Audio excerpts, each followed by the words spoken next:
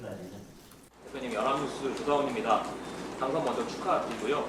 107석 소수야당 대표 되셨습니다. 당내에서는 원내 투쟁에 뾰족한 방법이 없다면서 장외 투쟁 필요성도 언급이 되고 있는 상황인데 어떤 기조와 방향으로 대여 투쟁을 좀 이끄실 생각인지 여쭙습니다. 계속해서 원내에 있어서는 단일 대우를 강조했습니다. 저는 제가 전당대회 기간 중에 말씀드린 것은 하나도 물러서지 않고 지킬 생각입니다. 저는 원내에 단일 대우가 되지 않는다면 밖에 있는 우파 시민들과의 연대가 오히려 불가능하다고 생각합니다. 107석인 국민의힘이 믿어야 할 것은 우리와 함께 싸울 의지가 있는 자유우파 시민들과 연대해서 싸우는 방법밖에 없습니다. 그런데 원내의 분란이 계속된다면, 그런데 그것을 계속 묵인하고 방치한다면 저는 그분들과의 연대가 제대로 이루어지지 않을 거라고 생각합니다. 제가 이재명 정권과 싸우는 방식은 이재명 정권의 이런 폭정에 대해서 우려하고 반대하고 자유민주주의를 지켜야 되겠다는 의지가 있는 모든 분들과 모든 시민들과 연대하는 것입니다. 그런 연대와 그렇게 힘을 모으는 과정에서 장애가 되고 오히려 방해가 된다면 저는 결단이 필요하다는 것이 지금도 일관된 입장입니다. 채널A 남현주 기자입니다. 일단 당선 너무 축하드리고요. 방금도 대표님께서 단일 대우를 위해서 말씀을 해주셨는데 이미 기존에 뭐 찬탄 성산이라든가 축출 뭐 이런 말씀을 시사해 오신 만큼 찬탄파에 대한 뭐 인적 쇄신 방안이라든가 본인을 좀 최악으로 뽑았던 뭐 한동훈 전 대표에 대해서 한 말씀 부탁드립니다. 전당대회 기간 중에 제가 드리는 말씀을 정확하게 이해하셨다면 저는 분명히 말씀드렸습니다. 지금이라도 원내에서는 107명이 하나로 뭉쳐서 가는 것이 최선입니다. 그러나 여전히 그 단일 대우에 합류하지 못하는 분들, 오히려 당을 위험에 빠뜨리는 분들, 당을 계속 분열로 몰고 가는 분들에 대해서는 결단이 필요하다는 입장입니다. 예, 대표님 동아일보 이지용 기자입니다. 축하드리고요. 대표님께서 당선 일성으로 이재명 정권 끌어내리는 것을 말씀하셨습니다. 근데 이재명 대통령은 뭐 야당 대표와도 대화해야 된다라고 뭐 시사를 했고, 또 정청래 대표도 그 22일 전당대회 때 뭐 화환을 보내기도 했는데요. 혹시 이재명 대통령이나 정청래 대표와 만날 계획이 있으신지, 그리고 만약에 당장 만날 계획이 없으시다면 만남을 위한 조건이 있으신 건지 여쭤보고 싶습니다. 저는 야당의 대표로서 정치를 외면할 생각은 없습니다. 필요하다면 여당 대표든 누구든 만나서 정치를 하겠습니다. 협상 테이블에 앉겠습니다. 그러나 지금까지 보았지만 이재명 대통령이 우리 지도부를 용산으로 초대했지만 거기에서 건의한 내용을 그 어떤 것도 수용하지 않았습니다. 만나고 악수하고 테이블에 앉는 것이 정치는 아닙니다. 협상은 아닙니다. 그저 그 시작일 뿐입니다. 진정한 협치가 이루어지려면, 협상이 이루어지려면 저는 힘의 균형이 맞아야 된다. 힘의 균형이 이루어져야 된다고 계속 말씀드리고 있습니다. 107명인 우리 국민의힘이 힘의 균형을 맞추는 것은 결국 국민들이 보내주는 지지율밖에 없습니다.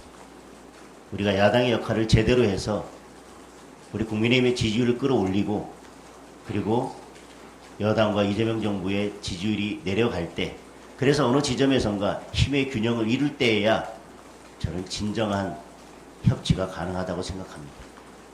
그렇지 않다면 지금 이재명 정부나 더불어민주당이 보여온 행태에 비추어 보면 절대 협치하지 않을 것입니다.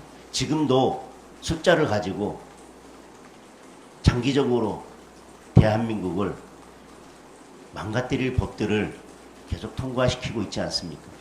저희들이 아무리 필리버스터라고 어떤 비판을 하더라도 들은 척도 하지 않고 있습니다. 저는 결국 민주당을 협상 테이블에 앉게 만들고 실제로 협상이 이루어지도록 하는 것은 결국 국민들의 회초리밖에 없다고 생각합니다.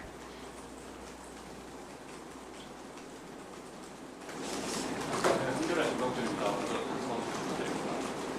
전당대 기간 중에 윤석열 대통령 당선되시면 이제 접견이나 연회 가실 의향이 있다고 하셨는데 혹시 좀 이제 그만큼 가실 계획이나 이런 게 있는지 좀 보시겠습니다. 뭐 지금 접견 제한이 해제됐는지는 제가 확인을 해봐야겠습니다.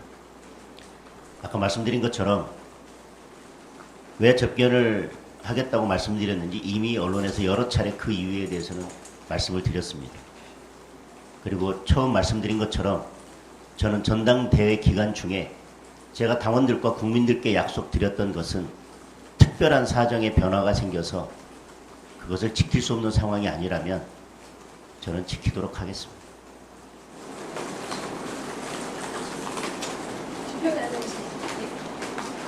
대표님 안녕하세요.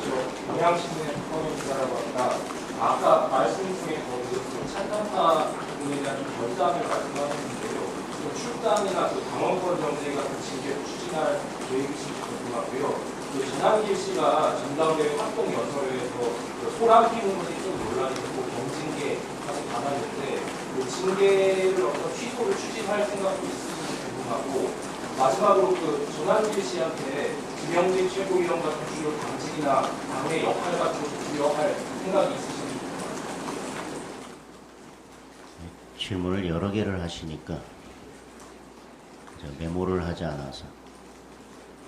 찬탄파 말씀하셨는데요. 저는 찬탄파라고 또 누구의 이름을 특별히 거명한 적이 단 한 번도 없습니다. 다시 말씀드리지만 지금부터 단일 대우에서 이탈하고 내부 총질을 하는 분들에 대해서 당론을 지속적으로 어기는 분들에 대해서는 결단하겠다는 말씀을 드렸지 제가 뭐 무슨 파, 뭐 무슨 개, 누구라고 말씀드린 적은 없습니다. 그리고 두 번째, 윤리위원회에서 전환기 씨에 대해서 징계 결정을 했는데 윤리위원회 결정이기 때문에 저는 다소 불합리한 점이 있다 하더라도 그것을 뒤집을 생각은 없습니다. 그러나 불합리하다고 말씀드리는 것은 그 전에 연설에서도 그날 연설에서도 그렇고 그 이후의 연설에서도 그렇고 특정 후보가 연단에 올라갔을 때 연설을 방해하는 장면은 여러분들께서 합동 연설회장에서 충분히 경험하셨을 것입니다. 저만 하더라도 충분히 방해받았습니다. 그날 특정 후보가 방해받은 것 이상으로 저는 지속적으로 방해를 받았습니다. 전환기 씨가 그와 같은 행동을 하게 된 데에는 특정 후보가 도발한 측면도 있습니다. 저는 어떤 징계는 법적 조치는 원칙과 기준에 따라서 모든 사람에게 동등한 기준으로 적용되어야 한다는 말씀을 계속 드렸습니다.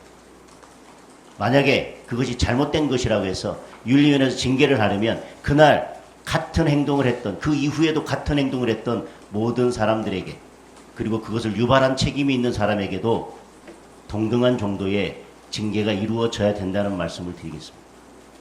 다만 그렇게 되지 않은 것을 저는 유감스럽게 생각합니다. 그리고 지명직 최고위원에 대해서는 아까 말씀드린 것처럼 아직 고민한 바가 없고 당직에 대해서는 여러분들과 의논을 거쳐서 정하겠다는 말씀을 다시 드리겠습니다. 네. 축하드립니다. 당내 일각에서는 재선 당대표가 좀 무게감 떨어지는 거 아니냐 우려의 시선도 있는 걸로 알고 있는데 리더십을 어떻게 세우실 건지 김문수 후보 같은 경우에는 의원님들하고 소통을 많이 해야 된다고 하셨는데 그런 방식을 지구하시는지 아니면 단일 대우로 간다고 하셨는데 좀 상충되는 부분이 있을 것 같아요. 의원님들과 소통하고 의원님들과 함께 힘을 모아 나가는 과정과 그럼에도 불구하고 계속해서 당의 분란을 일으키는 분들에 대해서 결단하는 문제는 저는 전혀 다른 차원의 문제라고 생각합니다. 지금까지 해왔던 것처럼 저는 원내에서 많은 의원님들과 그동안 적극적으로 소통을 해왔습니다. 그리고 말씀하신 것처럼 재선 의원으로서 여러 당직은 두루 거쳤지만 그래도 정치 경력이 짧은 것에서 오는 단점은 많은 의원님들의 의견을 듣고 또 지도부에 계신 여러분들과 같이 머리를 맞대면서 보완해 나가도록 하겠습니다. 그리고 우리 의원님들 106명과 적극적으로 소통하는 일은 멈추지 않고 해나가겠습니다. 예. 세영 부부장과 축하드리고 지금 특검법이 무사히 조치를 생성되는데 특검 압박이 들어오는 것에 대해서 어떻게 생각하시는지. 저는 이 특검에 대응하기 위해서 실질적인 대응팀을 최대한 빨리 구성하겠습니다. 그리고 우리 당에서 그 일에 전적으로 힘을 보탤 수 있는 변호사들을 선임해서 조직적으로 대응하겠습니다. 그러나 특검법을 개정해서 기간을 연장한다고 하는 것은 현실적으로 저희들이 수적으로 막아내기는 어렵습니다. 제가 듣기로는 특검 내에서도 특검에 파견된 검사들이 더 이상 수사할 것이 없다라고 이야기하고 있습니다. 그리고 처음에 무차별적으로 의원실이나 저희 국회를 압수수색하고 지역 사무실을 압수수색했었습니다. 아무런 성과도 없었습니다. 그런데 어쨌든 아무런 성과도 없었지만 그런 무차별적인 강제 수사를 진행했지만 지금은 특별히 강제 수사도 이루어지지 않고 있습니다. 그 이야기는 어느 정도 수사가 마무리됐다는 것입니다. 연장할 이유가 없습니다. 연장하는 이유는 하나입니다. 여당이 특검을 하는 것도 참 우스꽝스러운 일이고 납득하기 어려운 일인데 그것도 정권이 출발하자마자 3개의 특검을 동시에 풀어놓는 것은 더더군다나 납득하기 어렵습니다. 그리고 또 기간까지 연장하겠다고 합니다. 그러니 지금 와서 수사가 거의 다 마무리됐고 특검에 파견된 검사들조차도 더 이상 수사할 것이 남아있지 않다고 하는 상황에서 특검 기간을 연장하겠다고 하는 것은 이 특검이 처음부터 내년 지방선거를 염두에 두고 출범한 특검이라고 하는 것을 민주당 스스로 인정하는 것입니다. 그리고 어떻게든 내란 특검에서 국민의힘과의 연관성을 강제로 만들어내서 우리 쉬운 말로 엮어서 다음 총선에 정당 해산으로 끌고 가겠다고 하는 저는 의도가 깔려 있기 때문에 저는 그런 것들을 국민들께서 지켜보시면 이런 폭거가 계속된다면 내년 지방선거에서는 민주당이 어떤 일을 하더라도 선거 직전에 현금을 살포하더라도 저는 백약이 무효인 상황이 올 거라는 말씀을 드립니다. 여기까지 하겠습니다. 예, 이상으로 장동혁 신임 당대표님의 당선 기자회견을 마치겠습니다. 참석해주신 언론인 여러분 감사합니다. 고맙습니다.